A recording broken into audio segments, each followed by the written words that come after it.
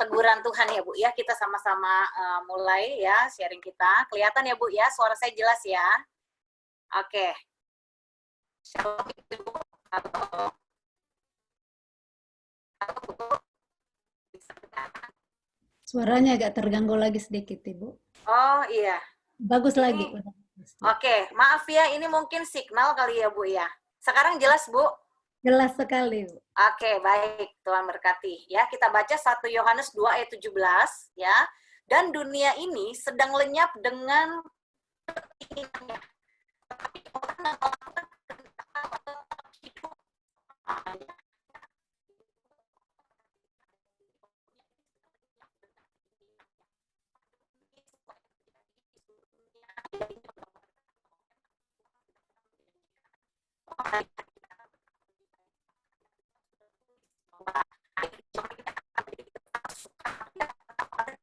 Sedang lenyap dengan keinginannya. Orang makin hidup dalam kesombongan, keangkuhan, ya hanya mencari kepentingannya diri sendiri. Ya, tetapi ini firman Tuhan bahwa setiap kita berkata orang yang melakukan hidup selamanya. Artinya apa? Maaf, Ibu Cindy. Maaf, Ya. Ibu. Oke. Saya nggak tahu apa ke teman-teman yang lain sama. Iya. Ya. Kalau mic-nya, kalau headset-nya dibuka, kira-kira gimana itu? Oke. Kalau iya, seperti ini bisa? Ya. Bisa. Bisa kayak gini? Bisa, Ya. Bu. Jelas sekali, ya? Bu. Oke. Ya. Oke. Nanti kalau nggak dengar lagi tolong ya, Bu ya. Ya, Nah, nanti tetapi orang yang melakukan kehendak Allah tetap hidup selama-lamanya. Artinya apa orang yang melakukan kehendak Allah? Ya. Tetap hidup selama-lamanya. Bisnisnya, pekerjaannya tetap hidup selama-lamanya. Cucunya ada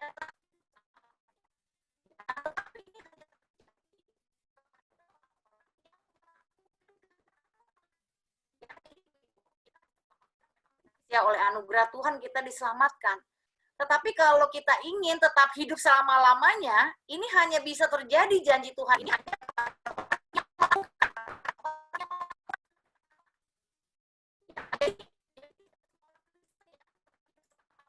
Maaf, apa ya? Maaf, ya? Bu. Kembali ya? ada putus-putus lagi ya. Yang Sismita saya dengar, Sis. Masih putus-putus sekarang, Bu? Sekarang lagi. Sekarang bagus lagi. Oh, jadi gimana, Bu ya?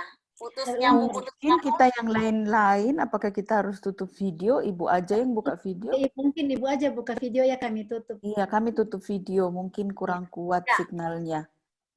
Coba ya kita, ya, oke. Nanti tolong Bu ya, ingetin lagi ya. Jadi saya tekankan ya Bu, hanya orang yang melakukan kehendak Allah, bukan orang Kristen yang tetap hidup selama-lamanya. Karena tidak semua orang Kristen melakukan kehendak Allah. Sampai di sini paham ya, Ibu-ibu ya, Bapak ya. Jadi hanya orang yang melakukan kehendak Allah yang tetap hidup selamanya.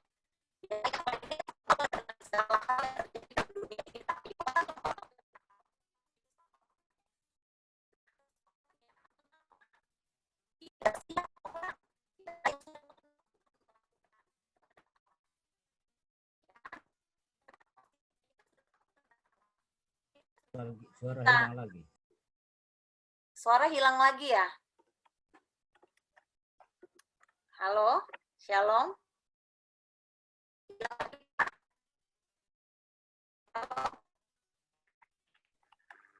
Iya, Mas. Shalom. Kadang bagus, kadang tidak. Ini bagus. Hilang lagi. Halo. Shalom, Bu. Nah, ini hilang bagus.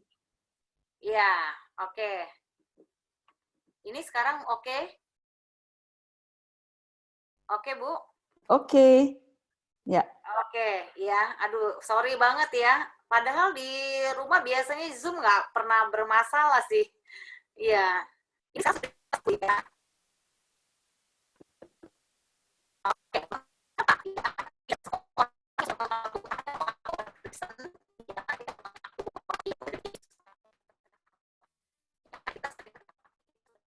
Tuhan, ya, balas kejahatan dengan kebaikan, ya. Lalu kita juga jangan jemu-jemu berbuat baik. Lalu kita sudah tahu ditampar pipi kanan kasih pipi kiri, Ya, kita juga sudah tahu harus mengampuni, harus jujur.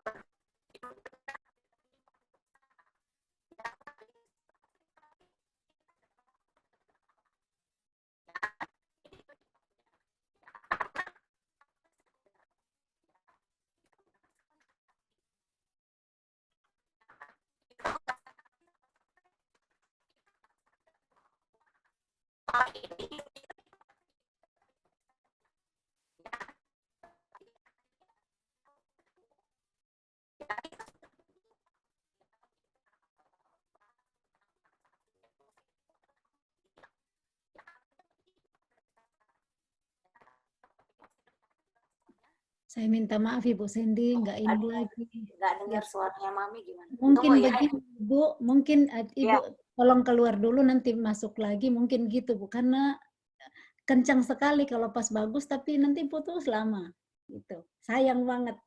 Mungkin coba Ibu dulu sign out, nanti masuk lagi kita berdoa sama bagus nantinya. Nanti di accept lagi Bu. Coba ya, speaker is Ya not Bu, maaf Ibu ya. Iya, coba. Ya. Kita keluar dulu Mas.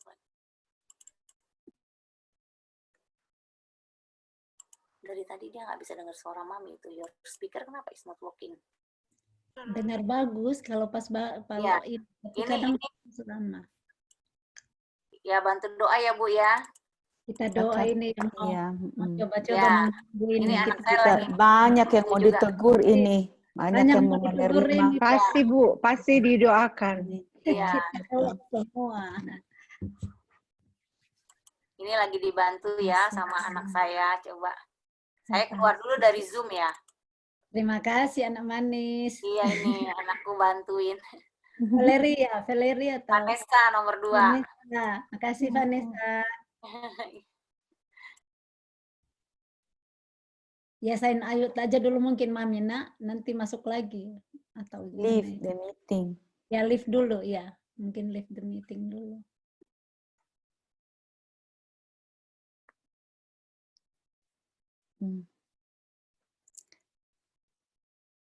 Iya.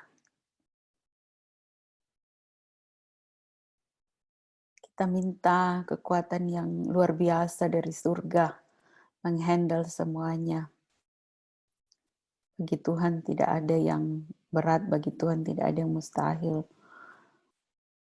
We are not depending on the technology, but we are depending on the frekuensi surga. Nama Tuhan Yesus. Ya, terima kasih ada yang luar biasa diberi Tuhan hikmat, mungkin karena saya terlalu kasih banyak koanimator untuk orang, jadi saya tarik yang lain dulu ya, saya aja sama Ibu Sandy dulu yang ini ya, mungkin itu mempengaruhi. Terima kasih banyak yang ahli dari UK, thank you. Iya, betul. Mungkin. Ya, saya udah tarik dulu ya, supaya mungkin ini yang mempengaruhi Ibu Sandy. Allah setuju ya, Bapak Ibu ya, bahwa di sini yang dikatakan tetap hidup selama-lamanya, kata poinnya adalah orang yang melakukan kehendak Allah. Ya, tidak semua orang Kristen melakukan kehendak Allah, tapi kalau dia sungguh-sungguh sudah mengalami Kristus, ya, makanya ya dia akan melakukan kehendak Allah. Karena yang menentukan kita nantinya menang atau tidak, Bapak Ibu, bukan masalahnya kita Kristennya, tetapi kita melakukan tidak kehendak Bapak kita. Baru di situ ada jaminan tetap hidup selama-lamanya. Pernikahan kita tetap hidup, bisnis, pelayanan, ya, keuangan, pekerjaan kita, ya, tetap hidup selama-lamanya. Ya, jadi di sini kata poinnya adalah orang yang melakukan kehendak Allah. Nah, persoalannya mengapa banyak orang tidak melakukan kehendak Allah? Ini kan yang menjadi pertanyaan kita. Kita sudah tahu perintah Tuhan. Ya, kalau kita disakiti, kita harus mengampuni. Kalau kita ditampar pipi kanan, harus kasih pipi kiri. Ya, kita harus berbuat baik, jangan jemu-jemu berbuat baik. Balas kejahatan dengan kebaikan. Ya, kita hidup dengan hati yang murni. Kita hidup jujur, tidak menyimpan dosa. Kita tahu, ya. Jangan bilang, oh saya tidak tahu kehendak Allah. Kehendak Allah itu berbicara kehendak Allah yang umum dulu ya, ibu-ibu dan bapak, yang sudah tertulis di firman. Tapi kalau kehendak spesifik mungkin itu nanti akan secara pribadi, lepas pribadi itu akan dituntun, ya, berbeda-beda. Ya, Tuhan akan berbicara secara spesifik ketika kita sudah melakukan kehendak yang umum. Tapi kalau kehendak Allah yang umum saja kita tidak lakukan, bagaimana kita harus menguduskan diri, mengampuni, yang prinsip-prinsip kita tidak lakukan, bagaimana Tuhan mau bawa kehendak Allah yang spesifik dalam hidup kita. Ya, nah, jadi ini yang menjadi poinnya. Nah, ternyata yang membuat kita tidak melakukan kehendak Allah karena tanpa sadar kita mengeraskan hati. Apa artinya? Tanpa sadar pada waktu Tuhan berkata ya kepada kita bilang no. Banyak orang hidupnya menganggap remeh firman Tuhan. Ya, barang siapa, Amsal 13 ayat 13, barang siapa menganggap remeh firman Tuhan, ia akan menanggung akibatnya. Ya, nah, karena sudah sering di kalangan Kristen ya, ibadah itu menjadi seperti rutinitas Bapak Ibu ya. Jadi kalau orang Kristen harus hari Minggu tuh gereja. Ya, sekarang kita banyak online. Mau offline, mau online, pada prinsipnya kita beribadah. Tetapi banyak orang Kristen terjebak dengan rutinitas, dengan kegiatan. Mereka berpikir dengan mereka melakukan kegiatan rohani, hidup mereka diubahkan. Ya, tapi ternyata justru kebanyakan orang yang merasa diri berrohani malah makin keras hati. Kenapa? Karena susah ya untuk diubah. Dia merasa udah lebih banyak tahu ayat. Bahkan ini terjadi ya di Alkitab ini ahli-ahli Farisi, orang-orang yang sudah mengetahui banyak firman, banyak hukum Taurat, kebenaran, tapi mereka justru malah mengeraskan hati. Ya, salah satu kelompok yang susah ditembus oleh Tuhan Yesus di Alkitab itu kelompok orang-orang yang sudah tahu firman loh, Bapak Ibu. Bukan orang jiwa baru. Malah orang yang di luar Yahudi, mereka banyak menerima Yesus, ya, menjadikan Yesus Tuhan. Tapi justru orang-orang Yahudi menolak Tuhan Yesus sebagai Tuhan. Ya, ini ironis. Ya, saya tidak mau Anda dan saya, kita semua terjebak dalam lingkaran jebakan maut rohani. Ya, kalau dulu kita mungkin belum bertobat, kita terikat jatuh bangun dosa moral, dosa yang duniawi, dosa kedagingan. Tapi ketika kita sudah bertobat tanpa sadar, kalau kita tidak menjaga hati kita, bisa jadi kita terjebak dalam perkara-perkara dosa yang sombong rohani. Akhirnya tanpa sadar, hidup kita sudah mengeraskan hati. Ya, Roh Kudus sudah sulit menuntun kita. Kita udah merasa lebih tahu, kita sudah merasa lebih pintar, lebih ahli. Oh, kita merasa berjasa. Kalau ini bukan karena saya, nggak akan berjalan. Kita terjebak dalam hal-hal yang sifatnya semuanya kembali ke ego kita. Nah, ini juga menjadi warning buat saya dan semuanya, termasuk saya pribadi pun terus membuka hati supaya tidak terjebak dalam hal dosa ini, yaitu mengeraskan hati kita. Ya, Ibrani 4 ayat 7 berkata, pada hari ini, bukan besok, bukan entar. Ya, pada hari ini. Jika kamu mendengar suaranya, janganlah keraskan hatimu. Ya, ini firman terjadi pada hari ini. Tapi banyak orang Kristen tarsok. Antar aja lah, tunggu keadaan lebih baik. Nantilah lihat situasi kondisinya. Ya, sampai soal pernikahan pun, ya, banyak orang bilang boleh bercerai tergantung kasus. Waduh, repot ini Bapak Ibu ya kan. Perceraian boleh bergantung kasus. Coba ada yang seperti itu. Bukan kasus ikutin kebenaran, tapi kebenaran ngikutin kasus. Itu kan sesuatu hal yang sudah terjadi di dalam gereja Tuhan, Bapak Ibu. Ya, di mana banyak bahkan umat Tuhan mengkompromikan kebenaran. Ya, kenapa? Karena pada hari ini firman Tuhan itu semuanya itu selalu baru setiap hari. Ya, walaupun kita sudah dengar firman berulang-ulang pun, tapi kalau pada hari ini kamu mendengar suara Tuhan, jangan keraskan hati. Ini udah jelas. Ya, kalau kita ingin menerima janji-janji Tuhan, mari izinkan hati kita ini hati yang lembut, tanah hati yang subur. Dengar, lakukan, Ya, dan jangan kalau dengar firman tuh pikiran kita gini, oh ini bagus buat si A nih firman, nih buat si B, nanti kita jadi juri nih lama-lama ya. Kita belajar kalau dengar firman tuh, oh Tuhan terima kasih ini firman buat saya. Roh Kudus berbicaralah dalam hidup saya ini harus berubah dalam hal apa, tegur saya Roh Kudus. Ya, kita memiliki sikap hati yang terbuka. Ya, bahwa setiap kebenaran firman itu untuk mengubah, memerdekakan hidup kita sehingga hidup kita boleh menjadi semakin serupa dengan Tuhan Yesus, ya. Nah, mengeraskan hati ini adalah sama dengan membenci teguran. Makanya ciri-ciri orang yang keras hati pasti dia nggak mau ditegur. Ya, pada dasarnya Anda dan saya memang nggak suka ditegur. Coba ya, kalau terakhir Bapak Ibu kapan ditegur sama seseorang? Habis ditegur rasanya gimana? Ayo, jawab jujur. Ya, kalau negurnya baik-baik sih Bu Sandy, saya bisa terima, Bu. Tapi ini negurnya ketus banget. Di depan orang lagi aku dibentak-bentak. Ya, siapa yang suka ngalamin seperti itu? Ketemu orang merah yang kalau negur orang ceplas-ceplos. bahkan negur kita depan umum, ya, tanpa memperdulikan perasaan kita, ya, whatever ya, ibu-ibu, bapak, bagaimanapun ya, kita mengalami satu masalah di dalam hal bagaimana ketika orang menegur kita atau firman Tuhan menegur kita.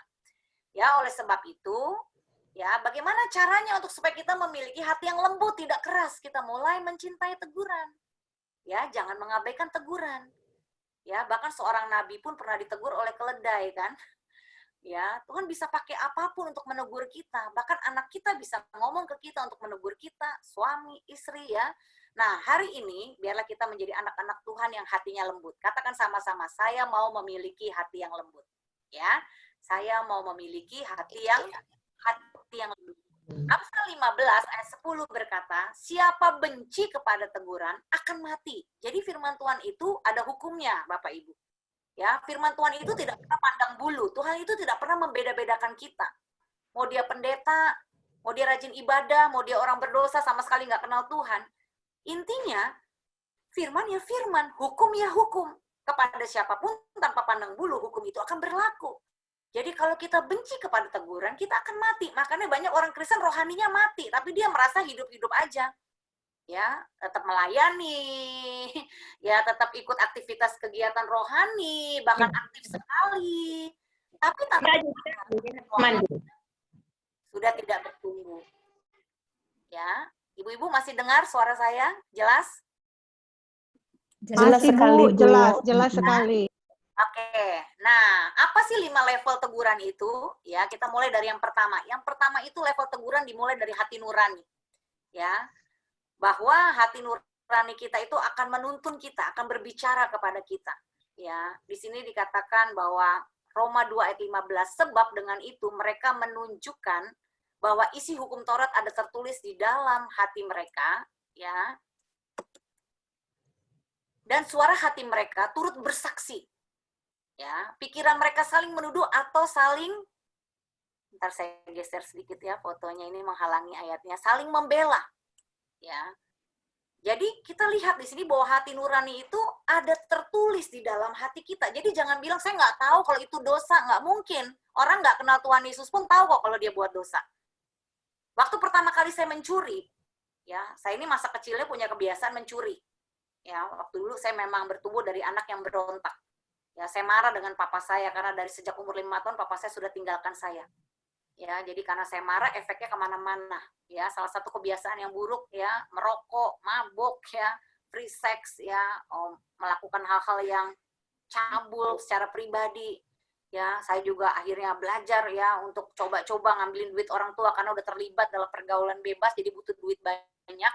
Pertama kali saya mencuri, itu saya jantungnya berdebar-debar, Bu. Pak, saya nggak kuat, berdebar-debarnya kencang banget. Tapi saya lawan karena faktor kebutuhan. Saya harus ambil uang mama saya karena saya mau jalan ke diskotik sama teman-teman. Begitu saya lawan hati nurani saya, walaupun saya gemeteran, saya tetap ambil. Ya, begitu saya berhasil mengambil uang itu, saya merasakan ketenangan. Tetapi, apakah ada suara hati saya yang berkata bahwa apa yang kamu lakukan itu dosa? Ada. Ya, ada yang menuduh. Ya, tapi hati bicara seringkali pikiran kita membela kan? Ah, nggak apa-apa, cuma sekali-sekali kok, nggak ada yang lihat. Pokoknya tenang aja deh, kamu enjoy aja ambil uang itu, pakai foya-foya sama temanmu. Itu saya alami. Tapi sebenarnya hati nurani saya menuduh nggak? Berkata-kata nggak sama saya bahwa apa yang saya lakukan itu salah. Berkata-kata, tapi saya lawan. Besoknya saya butuh duit lagi, saya nyuri lagi.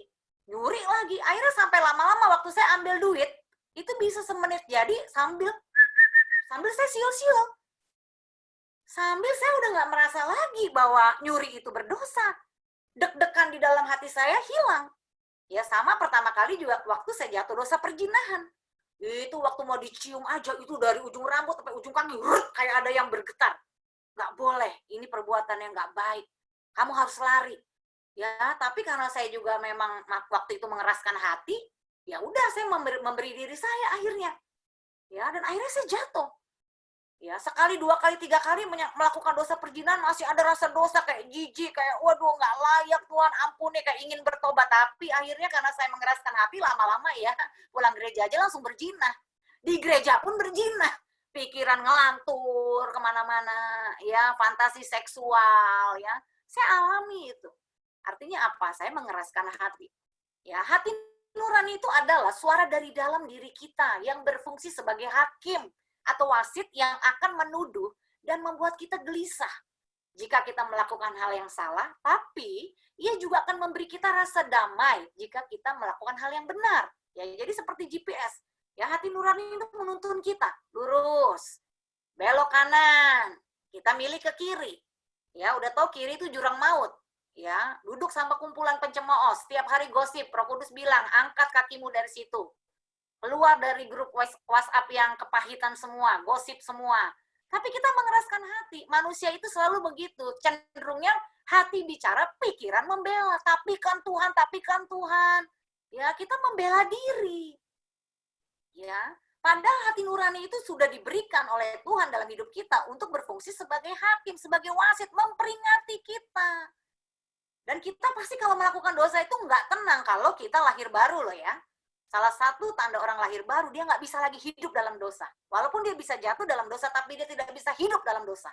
Orang lahir baru, begitu dia jatuh dalam dosa, dia langsung bangkit. Dia ingin keluar dari dosanya. Sama seperti ayam. Ayam itu hidup di darat. Waktu ayam itu masuk ke dalam kolam berenang, dia nggak mungkin petak-petak enak-enakan dalam kolam berenang. Karena habitat ayam hidupnya di darat, bukan di kolam. Ya, lain dengan ikan. Nggak ada ikan stres hidup dalam air, kan? Bapak Ibu betul ya? Ikan itu enjoy justru hidup di air, karena habitatnya ikan, benihnya ikan. Ya, jadi kita itu sudah dikasih hati nurani untuk menuntun kita ke jalan Tuhan, tapi seringkali kita abaikan hati nurani kita. Ya, kita mengizinkan sampah-sampah. Ya, kita simpan dosa-dosa, kita takut dinilai orang. Kita lebih baik dinilai orang oke, baik, good. Tapi padahal kita tidak berkenan di mata Tuhan. Hati-hati, Bapak Ibu. Jebakan akhir zaman ini orang lebih cenderung cari perkenanan manusia. Orang ingin dikasih jempol, dipuji-puji manusia. Ya, bahkan disanjung-sanjung manusia. Termasuk saya juga harus berjaga-jaga sebagai hamba Tuhan. Jangan masuk ke lingkaran setan ini. Hanya cari pujian, ya, manusia. Ya, itu jebakan semuanya. Ini yang membuat hati nurani kita lama-lama menjadi tumpul dan akhirnya kita tidak bisa lagi hidup dipimpin Tuhan. Ya, Kisah Rasul 24 ayat 16. Saya suka kepada Paulus ya. Paulus itu latar belakangnya juga hancur, Bapak Ibu. Tapi dia punya prinsip dalam hidupnya. Sebab itu, aku senantiasa. Senantiasa ini artinya apa? Berkesinambungan, enggak hari ini oke, besok enggak. Ya, Paulus konsisten di dalam pertobatannya. Paulus memiliki persistensi, memiliki self control, ya, keuletan, kedisiplinan. Ya, dia senantiasa berusaha. Kata berusaha itu artinya apa? Dia niat. Dia memberi dirinya untuk dikoreksi, dimurnikan Tuhan setiap hari. Ya, aku berusaha untuk hidup dengan hati nurani yang murni. Di hadapan Allah dulu, ya, baru di hadapan manusia. Kalau kita seringkali yang penting di hadapan manusia deh. Yang penting orang nilai gue oke. Akhirnya spirit manusia akhir zaman apa? Semua serba kelihatan. Kelihatan baik padahal busuk. Kelihatan kaya padahal banyak utangnya. Ya kan? Cuman gayanya doang parlente, utangnya di mana-mana. Nipu sana, nipu sini. Ya itu karena korban begitu, korban sosmed juga kan, ingin dinilai orang oke. Akhirnya dia menghalalkan berbagai cara. Dia ingin ya hati nuraninya murni itu di hadapan manusia saja. Yang pertama murni dulu di hadapan Tuhan. Ya, kalau kita di hadapan Tuhan murni, pasti di hadapan manusia pun juga murni. Ya, kita menjadi diri kita sendiri apa adanya, tidak ada yang kita simpan, enggak di bibir ya, di hati tidak, atau sebaliknya di bibir tidak, di hati iya. Jika iya, katakan iya. Jika tidak, katakan tidak. Apa yang lebih, apa yang kurang, itu berasal dari si jahat. Orang yang hidupnya murni itu ada kejujuran. Ya, ada kerendahan hati. Kalau salah tuh jangan ngotot. Kalau salah tuh ya minta maaf. Iya, saya salah. Kok ya susah banget minta maaf. Ya, sampai orang itu minta maaf pun kadang-kadang, lu udah berulang-ulang buat begitu sama gua. Kita ingat lagi. Berapa banyak suami istri sering cekcok? Ya, emang lu dari dulu begitu terus. Ini udah berapa kali nih kamu buat sama saya begini? Saya nggak bisa lupakan semua kejahatan kamu. Waduh, akhirnya kita nggak bisa punya hati nurani yang murni. Hidup kita dipimpin oleh kemarahan kita, kebencian kita, sakit hati kita. Ya, nah kita harus belajar seperti Paulus, berusaha untuk hidup dengan hati nurani yang murni. Yang kedua, Kalau hati nurani kita sudah tidak murni lagi, sudah kotor, biasanya Tuhan menegur kita dengan level yang kedua, yaitu firman Tuhan. Ya, ini seperti hari ini, Bapak Ibu dengar firman Tuhan, ini menjadi teguran buat kita. Firman Tuhan itu memerdekakan kita, mengubah hidup kita, membangun iman kita, menguatkan kita, menyembuhkan kita. Amin, Bapak Ibu. Ya, ini level teguran yang kedua firman Tuhan. Mazmur 50 ayat 17. Apakah urusanmu menyelidiki ketetapanku dan menyebut-nyebut perjanjianku dengan mulutmu? Padahal engkaulah yang membenci teguran dan mengesampingkan firmanku. Ya, ini baik-baik dilihat kondisinya orang ini mengesampingkan firman. Bayangin udah jelas-jelas firman, ya, dia tidak mau submit, dia tidak ada penundukan diri terhadap firman Tuhan. Ini tipe saya dulu nih, ini hidup-hidup gua. Suka-suka gua. Yang penting gua nggak pernah nyusahin lu jangan ikut campur urusan gua. Gua mau apapun, itu urusan gua. Gua nggak minta makan lu kan? Nah, ini prinsip hidup saya dulu. Lu baik sama gua tetap baik. Tapi lu jahat sama gua lebih jahat. Ya, padahal firman udah jelas-jelas. Ya, miliki hati yang penuh kasih. Tapi saya mengesampingkan. Ya, malah kalau ada pendeta khotbah saya dalam batin suka gini nih, saya suka menghakimi. Alah, lu mah bisanya ngomong doang lu nggak ngerti perasaan gua. Dia khotbah saya juga ikut khotbah. Jadi khotbah aja ditentang. Ya, saya percaya ibu-ibu dum nggak ada ya, Bapak Ibu dum di sini ya, dikasih untuk mengasihi, nggak ada yang seperti saya ya. Mungkin cuma saya sendiri yang punya sikap begini nih, mengesampingkan firman, ya, menganggap remeh firman, ya. Tapi mulut kita, how great is our God. Wah, kalau pujian penyembahan bahasa roh lancar. Tapi begitu firman Tuhan berbicara, tunggu dulu. Nggak bisa dong kayak begitu. Dia pakai logika dia untuk firman. Kalau Tuhan udah bicara, udah. Tunduk. Ya, percayalah kepada Tuhan dengan segenap hatimu dan jangan kau bersandar kepada pengertianmu sendiri. Berapa banyak kita yang seringkali bersandarnya kepada pengertian kita. Memang firman Tuhan tuh seringkali juga nggak masuk akal kita, Bapak Ibu. Ya, tetapi kalau itu firman, lakukan. Ya, bagaimana sikap kita kalau mendengar firman? Contoh Kain, Kejadian 4 ayat 6 sampai 7. Firman Tuhan kepada Kain, "Mengapa Kain hatimu panas dan mukamu muram?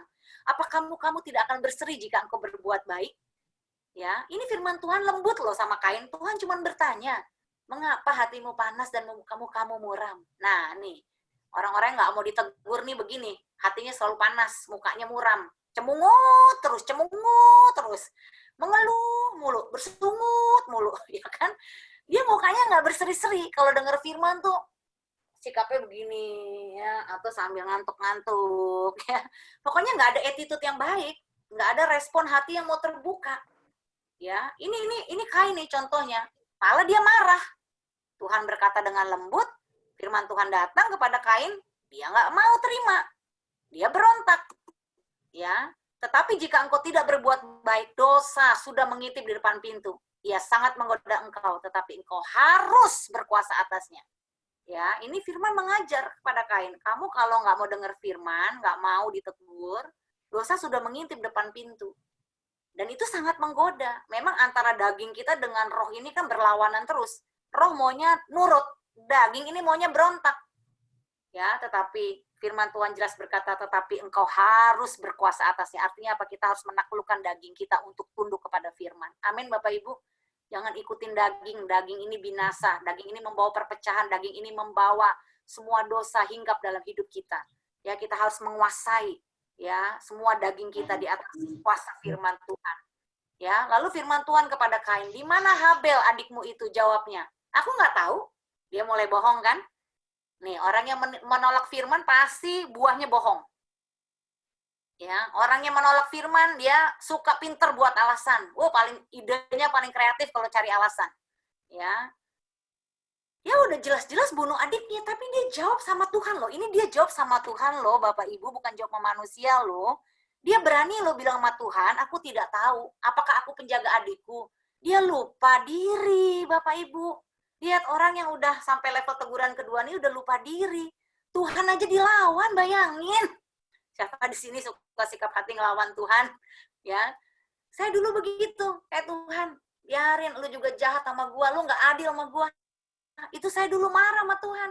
Orang lain enak punya keluarga, penuh kasih sayang, hidup dari kecil menderita. Saya nyalain Tuhan. Kenapa Tuhan saya lahir di dunia ini? Kenapa saya mesti punya orang tua kayak papa saya, kayak mama saya? Saya disia-siain. Waduh, saya merasa diri sebagai korban, ya. Saya marah sama Tuhan, ya. Berani nantang Tuhan, ya. Akhirnya kalau firman Tuhan udah nggak mempan, ya. Akhirnya masuk ke level ketiga, ya, hamba Tuhan, ya. Hamba Tuhan ini bisa suami, bisa istri, bisa teman, pembina rohani, bahkan orang yang tidak kenal Tuhan bisa dipakai Tuhan loh untuk menegur kita. Ya, siapapun. Ya, hamba Tuhan itu orang-orang yang mengingatkan kita, memperingati kita untuk kembali ke jalan Tuhan. Ya, ini level yang ketiga. Kalau firman Tuhan nggak mempan, hamba Tuhan. Seperti Samuel ya, 2 Samuel 12 ayat 1, 9 dan 13. Tuhan mengutus Nathan kepada Daud, ya. Ia datang kepada Daud dan berkata kepadanya, "Mengapa engkau menghina Tuhan dengan melakukan apa yang jahat di matanya?"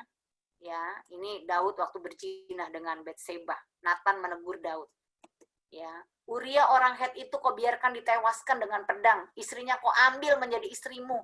Dan dia sendiri telah kau biarkan dibunuh oleh pedang Bani Amon. Ini kan dosanya Daud ini kan udah berzina, konspirasi. Ya, udah berzina dengan istri orang, suaminya dibiarkan berperang di depan, sengaja dengan niat supaya terbunuh. Waduh, luar biasa ini dosanya, minta ampun ya. Seorang penyembah loh ini. Daud ini bukan seorang jiwa baru. Daud ini seorang pemuji, penyembah. Tapi kalau hati nurani dan firman Tuhan nggak mempan, nah kita lihat nih, semoga yang ketiga dia mempan ya, teguran hamba Tuhan. Apa yang Daud akhirnya responi dari teguran Nathan? Lalu berkatalah Daud kepada Nathan, "Aku sudah berdosa kepada Tuhan." Dan Nathan berkata kepada Daud, "Tuhan telah menjauhkan dosamu itu, engkau tidak akan mati." Puji Tuhan, haleluya. Daud akhirnya bertobat di level ketiga. Waktu Nathan menegurnya, dia akui, "Aku sudah berdosa kepada Tuhan." Dia nggak mengelak, dia rela dipermalukan. Bahkan Nabi Nathan tuh tegur bukan berdua loh itu, ya, di depan rakyatnya loh. Dia nggak peduli mau kata orang ngomong apa. Ini orang kalau udah remuk hati nih begini nih. Dia mau bertobat, dia bukan hanya sekedar nangis-nangis, keluar ingus, keluar air mata, keluar iler, bukan. Ya, dia bukan hanya sekedar kayak orang tuh apa ya, lip service doang gitu, nunjuk-nunjukin gue nyesel. Enggak, dia bener-bener dari hati. Iya, aku udah berdosa. Dia tidak memperdulikan lagi penilaian manusia. Yang penting dia berkenan di hadapan Tuhan. Wah, ini luar biasa. Ya, Daud akhirnya peka dan bertobat di level ketiga. Dan akhirnya dia dibebaskan dari kematian. Ya, Tuhan telah menjauhkan dosamu itu, engkau tidak akan mati. Ya, barang siapa mengakui pelanggarannya, ia akan disayang. Ia akan beruntung. Ya, tetapi kalau dia tidak mengakui pelanggarannya, saudara, ya dia akan tidak beruntung. Ya, hari ini kalau ada hamba Tuhan, seseorang menegur Anda, bagaimana respon Anda? Ya, kalau suami menegur, engkau mungkin berbuat salah kepada suamimu, kepada istrimu, kepada anakmu. Ya, kau diperingatkan untuk melakukan pemberesan, bagaimana respon kita? Ya. Nah, kita belajar seperti Daud, dia mau ditegur, ya, dia mau ya diarahkan oleh hamba Tuhan. Yang keempat, pengalaman tidak enak. Ya, semoga kita nggak sampai ke level yang ini. Ya, kalau udah level sini biasanya akhirnya kita baliknya itu udah berdarah-darah gitu istilahnya ya. Udah ada harga yang harus dibayar ini kalau udah kayak gini ya. Masih ingat ya, Yunus di perut ikan ya? Yunus 1 ayat 15 sampai 17. Kemudian mereka mengangkat Yunus lalu mencampakkannya ke dalam laut dan laut berhenti mengamuk. Maka atas penentuan Tuhan datanglah seekor ikan besar yang menelan Yunus dan Yunus tinggal di dalam perut itu 3 hari, 3 malam lamanya. Lalu apa yang terjadi waktu Yunus mengalami pengalaman tidak enak 3 hari, 3 malam di perut ikan? Ya, kalau Anda udah masuk level 4, lakukan seperti Yunus lakukan ini Bapak Ibu. Berdoalah Yunus kepada Tuhan. Jangan tuh udah sampai ke level 4, datang doa aja nggak mau. Waduh, siapa yang mau nolong kita, Bapak Ibu? Kalau kita udah di level keempat begini, udah pastilah kita harus berdoa, datang sama Tuhan. Ya, berdoalah Yunus kepada Tuhan Allahnya dari dalam perut ikan itu, tuh dalam semua kesesakan dia, dalam semua penderitaan dia. Ini kan dia menderita karena dosa dia sendiri. Dia melawan panggilan Tuhan, disuruh ke Niniwe. Dia pergi ke Tarsis, dia berpikir dengan logikanya. Dia dengan kemarahannya berkata, ngapain aku ke Niniwe, selamatin bangsa yang jahat, mendingan aku ke Tarsis. Ya, dia nggak mengerti isi hati Tuhan yang penuh kasih itu tanpa syarat. Ya, terhadap bangsa-bangsa yang berdosa sekalipun Tuhan itu tetap mengasihi dan mau ya bangsa ini diselamatkan. Tuhan tuh sedih. Tuhan tidak mau ada satupun jiwa yang binasa. Tapi Yunus nggak ngerti isi hati Tuhan. Ya, tapi di dalam kesusahan itu Yunus berseru kepada Tuhan. Dan Tuhan menjawab Yunus, dari tengah-tengah dunia orang mati aku berteriak dan kau dengarkan suaraku. Bapak, Ibu, saudaraku, kalau kita sudah sampai di level keempat teguran Tuhan ini, jangan pernah mundur ya, jangan pernah menyerah. Ambil sikap respon seperti Yunus, berdoalah, berserulah kepada Tuhan. Tuhan itu dekat dengan orang yang remuk hati. Kalau di tengah kondisi yang nggak enak, mungkin kau sudah gagal bisnis, gagal dalam pernikahan, ya mungkin kau akhirnya mengalami bisa sakit penyakit tertentu dalam tubuhmu, ya karena kau mengeraskan hatimu. Tapi selama kita mau merendahkan hati kita, kita mau berdoa, kita mau berseru, kita kembali kepada nama Tuhan Yesus. Ya, percayalah di tengah-tengah kondisimu yang terburuk sekalipun, di titik terendah hidupmu sekalipun, Tuhan menjawabmu, Bapak Ibu. Ketika engkau berseru, engkau berteriak, Tuhan mendengar suaramu. Ya, dan kita berdoa supaya kita sebenarnya tidak usah sampai ke level ini. Ya, kita berdoa supaya setiap kita hanya cukup sampai ke level 1 aja, hati nurani kita udah bertobat. Ya, tapi kalau sampai pun ada yang sudah sampai level keempat ini, masih ada harapan. Amin Bapak Ibu. Masih ada harapan. Tuhan memberikan kesempatan kepada kita untuk kembali kepada Tuhan. Nah, tapi kalau udah level 4 lagi kita tidak mau dengar, masuk level yang kelima. Akhirnya Tuhan sendiri yang mengeraskan hati kita. Itu seperti Firaun, dikerasin hatinya. Udah 10 tulah nggak mau dengar. Udah 10 tulah dia nggak mau peduli dengan perintah Tuhan. Keras hati Firaun akhirnya. Ya, Ratapan 3 ayat 65-66. Engkau akan mengeraskan hati mereka. Kiranya kutukmu. Nah, ini kalau sampai udah keras, Tuhan yang mengeraskan hati, kiranya kutukmu menimpa mereka. Makanya banyak orang Kristen hidupnya masih tetap terkutuk. Padahal Tuhan sudah bebaskan kita dari kutuk. Betul tidak Bapak Ibu? Oleh penebusan Yesus di kayu salib, kita bebas dari kutuk. Tapi karena pemberontakan kita nggak mau melembutkan hati kita. Akhirnya kutukmu menimpa mereka. Engkau akan mengejar mereka dengan murka dan memunahkan mereka dari bawah langit ya Tuhan. Ya, kita berdoa supaya hati kita ini tetap punya hati yang lembut, jangan sampai keras. Ya, kasihan anak cucu kita Bapak Ibu. Kalau kita tetap udah tahu firman, kita mengeraskan hati. Ya malah kita kalau udah tahu firman, kita tidak melakukan firman, kita lebih jahat loh dari orang-orang yang belum tahu firman loh. Apalagi Bapak Ibu pernah dilayani inner healing, pelepasan, setannya udah diusir. Bapak Ibu nggak pernah mengisi dengan firman, dibiarkan rumah itu kosong, dia balik lagi bawa 7 temannya. Makanya lihat banyak anak Tuhan ya, yang sudah ditebus dengan salib Tuhan, yang sudah diampuni dosanya waktu dia tidak menjaga hidupnya, dia akhirnya balik lagi ke masa lalunya lebih jahat dari dia yang dulu. Kenapa? Karena dia tidak menghargai kasih karunia Tuhan, dia menganggap remeh kasih karunia Tuhan. Ya, memang Tuhan itu penuh kasih Bapak Ibu. Saya juga menerima kasih Tuhan yang tanpa syarat dalam hidup saya sehingga saya boleh dipulihkan seperti hari ini.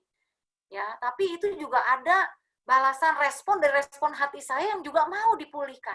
Yang mau juga diubahkan. Tuhan tidak bisa memaksa kita. Pekerjaan Tuhan itu tidak sepihak gitu loh. Harus dua pihak. Kalau iblis sepihak, ya, iblis ketok pintu hati kita nggak mau bukain, dia dobrak. Dengan berbagai cara. Kalau Tuhan ketok pintu, kamu harus buka dulu, baru aku akan masuk. Beda cara kerja Tuhan dengan cara kerja setan. Ya, kalau kita terus menutup, nggak peduli, nggak mau merendahkan hati. Pada akhirnya kita sendiri yang sia-sia, pada akhirnya kita sendiri yang rugi. Ya, Markus 4 ayat 12.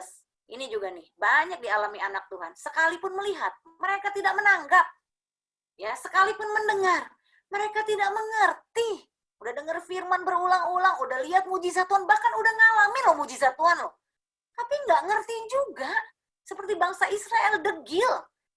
Udah dibebasin dari tanah Mesir, udah nyebrang laut Kolsom, ya kan?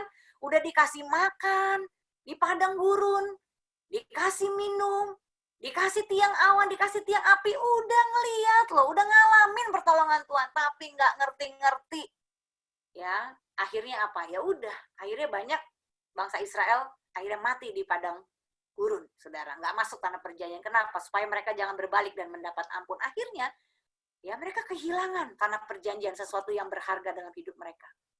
Kesimpulannya adalah pertobatan itu adalah anugerah terbesar dalam hidup kita, Bapak Ibu. Berkat terbesar itu kalau Anda dan saya bisa mengalami pertobatan yang sejati. Kita bisa mengalami perubahan yang permanen.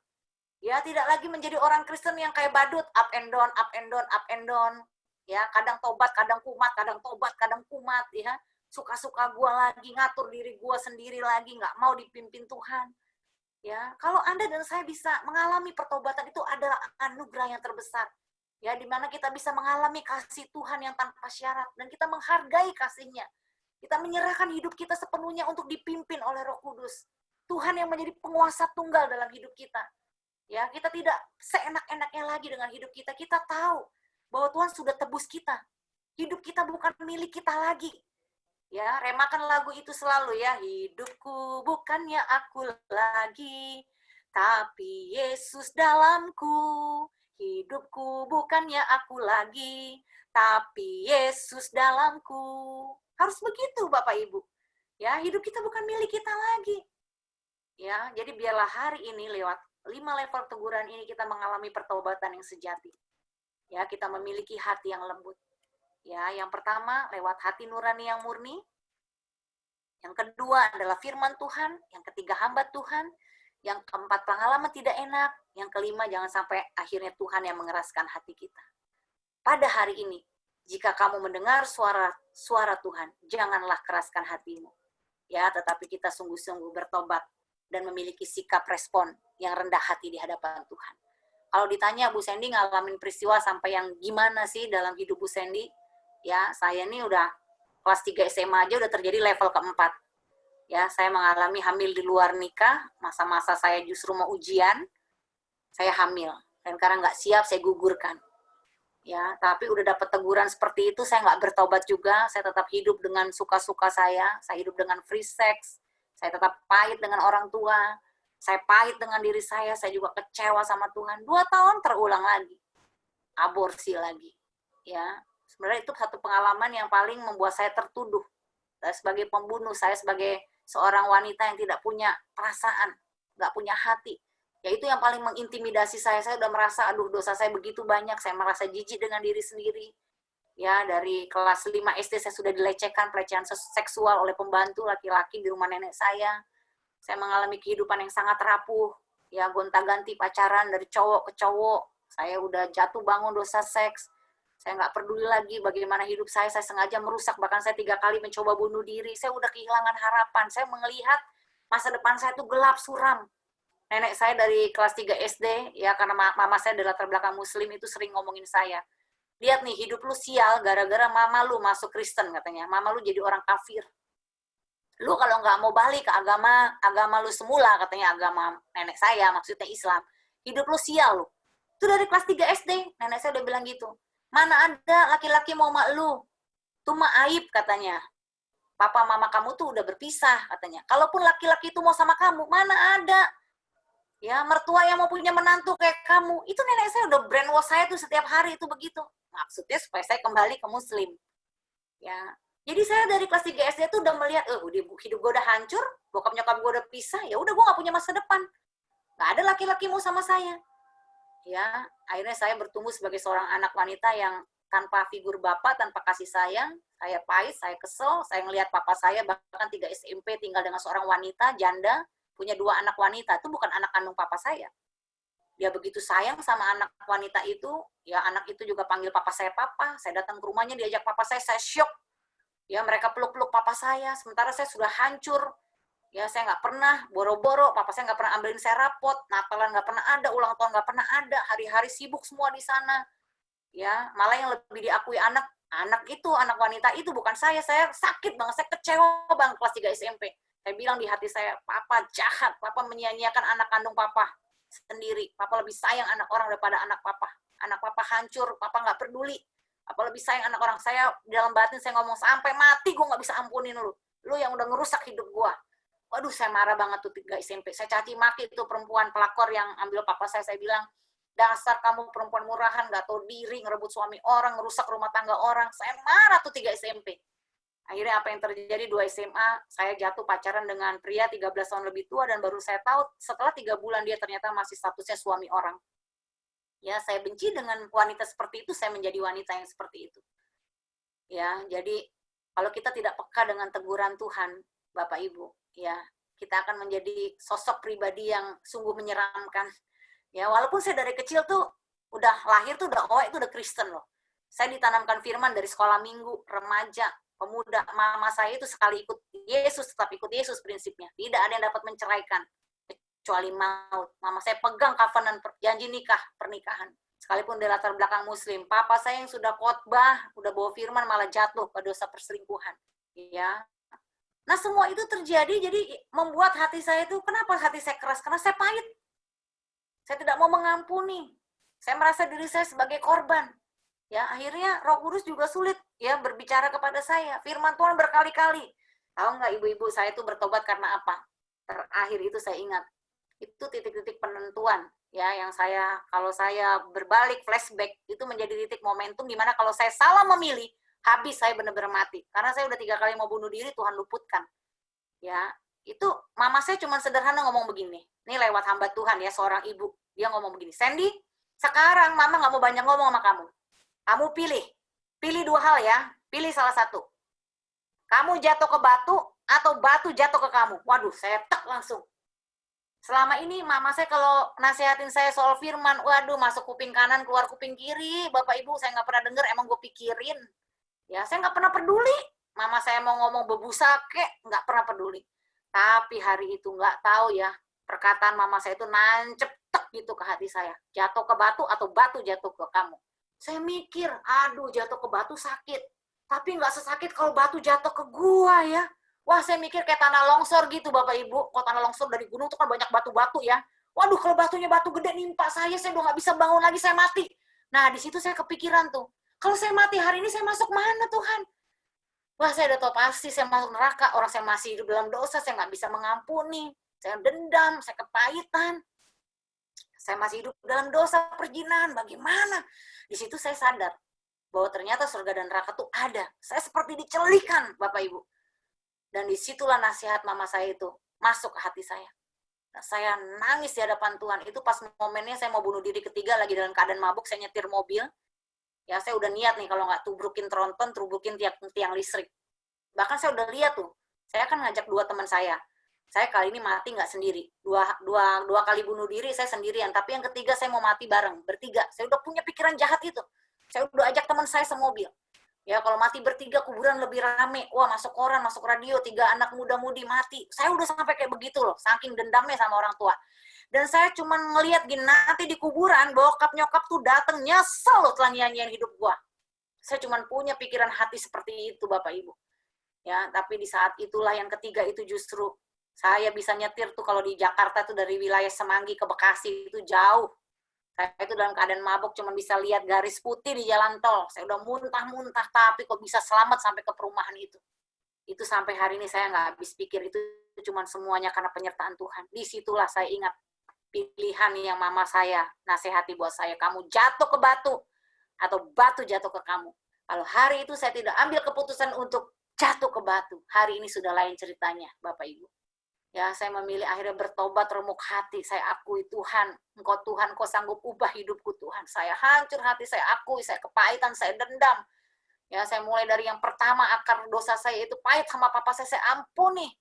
Ya, saya bereskan hati saya. Dan puji Tuhan setelah 14 tahun berpisah, papa saya kembali dipulihkan Tuhan karena doa seorang ibu yang setia ya di dalam Tuhan. Tuhan pulihkan keluarga papa mama saya, walaupun 14 tahun pisah, kembali.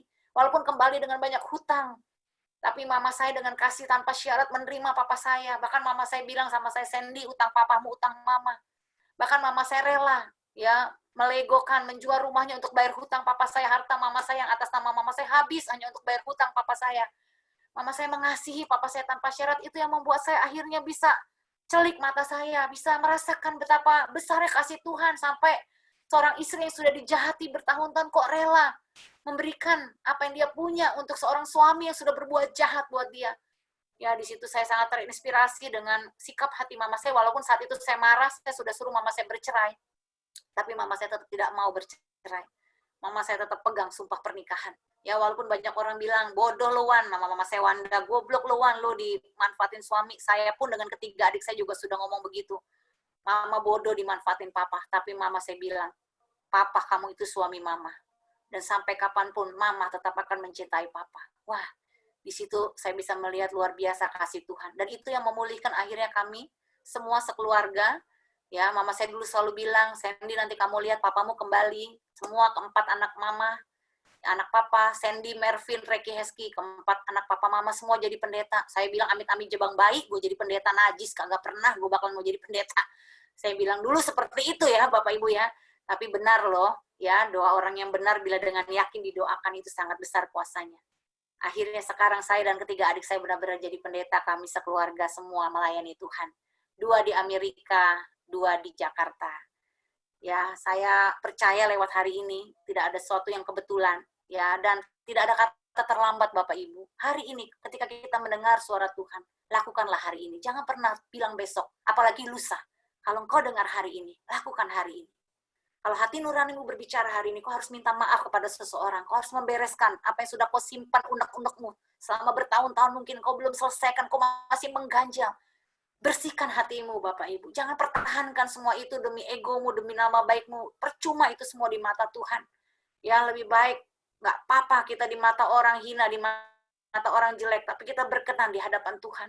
Kita percaya kalau kita punya sikap kerendahan hati, nanti Tuhan yang angkat hidup kita. Saya belajar dulu keluarga kami dikutuki banyak orang, direndahkan, dihina-hina oleh keluarga besar kami. Tapi saat ini ketika kami melakukan pemberesan hati nurani kami dimurnikan, kami mau ditegur, kami mau bertobat. Hari ini Tuhan angkat keluarga kami untuk jadi berkat. Dan saya percaya Bapak Ibu, inilah waktunya Tuhan mengangkat hidup Bapak Ibu semuanya untuk menjadi berkat bagi kemuliaan nama Tuhan. Sebelum tanya jawab, saya ingin berdoa bersama-sama. Mari kita pejamkan sejenak mata kita. Hanya ada diri pribadi kita dengan Tuhan hari ini. Biarlah Roh Kudus berbicara menerangi hati dan pikiranmu Bapak Ibu. Pada hari ini kalau Tuhan berbicara, jangan keraskan hatimu. Katakan di dalam hatimu, Tuhan, aku mau melembutkan hatiku. Walaupun hatiku sakit, aku nggak terima atas perlakuan-perlakuan orang-orang terhadap aku. Mungkin selama ini Bapak Ibu ada yang merasa direndahkan, merasa tercampakkan, merasa dimanfaatkan, merasa diperlakukan tidak adil. Kau merasa marah karena kau pernah ditolak, dihina, dipermalukan oleh seseorang. Mungkin kau juga merasa tidak berharga, kau merasa tidak berguna, kau merasa sedih. Seringkali kau tanpa sadar menangis di dirimu. Kau terjebak dengan mengasihani diri, merasa diri sebagai korban. Hari ini, dengar suara Roh Kudus yang menuntun di hati dan pikiranmu. Dia mau memulihkan hidupmu Bapak Ibu. Lembutkan hatimu. Katakan kepada Roh Kudus, iya Tuhan, aku mau. Aku mau memiliki hati nurani yang murni. Aku mau dipimpin oleh-Mu, Roh Kudus. Aku tidak mau keras hati. Aku tidak mau menganggap remeh firman-Mu. Aku mau dengar suara-Mu hari ini. Hamba-Mu berdoa, Tuhan, biarlah setiap Bapak Ibu Saudaraku yang hari ini mendengarkan firman-Mu boleh dijamah oleh Roh Kudus hatinya. Hamba-Mu percaya Tuhan, Kau yang telah memanggil kami, memilih kami, untuk Kau menjadikan kami sebagai putra dan putri kerajaan-Mu. Bahwa setiap pribadi kami begitu berharga di mata-Mu. Tapi karena benih-benih dari si jahat, benih-benih beban-beban yang palsu, hidup kami banyak yang menderita Tuhan. Tapi biarlah hari ini Tuhan, kami boleh menanggalkan semua benih-benih beban-beban yang palsu, yang jahat itu Tuhan. Kami boleh izinkan benih kebenaran firman-Mu menerangi hati dan pikiran kami, sehingga mata hati kami celik hari ini, terbuka terang Tuhan. Kami dapat membedakan mana yang berkenan, yang benar di hadapan-Mu Tuhan. Kami boleh hidup sungguh-sungguh mengasihi-Mu. Persembahkan tubuh-Mu Bapak Ibu sebagai korban persembahan yang hidup, yang kudus, dan yang berkenan kepada Tuhan. Biarlah hatimu hari ini dimurnikan oleh kuasa darah Yesus. Kau memiliki hati yang lembut, hati yang siap, yang rela untuk diubahkan Tuhan, yang siap untuk dijamah Tuhan. Dan hamba-Mu berdoa Tuhan, biar hari ini terjadi pemulihan atas setiap pribadi kami Tuhan. Dan pemulihan pribadi kami itu Tuhan akan berdampak kepada sekeliling kami, keluarga kami, suami, anak-anak kami, keluarga kami, lingkungan kami. Aku berdoa Tuhan, dari setiap yang hadir hari ini boleh mengalami kasih Tuhan yang tanpa batas. Sehingga kami boleh memancarkan kasih-Mu. Kami dikasihi untuk mengasihi. Kami percaya Tuhan hari ini terobosan rohani terjadi atas setiap kami. Dan kami serahkan seluruh kehidupan kami. Hanya di dalam nama Tuhan Yesus Kristus. Mari kita yang percaya sama-sama katakan, amin. Tuhan Yesus memberkati. Amin, amin.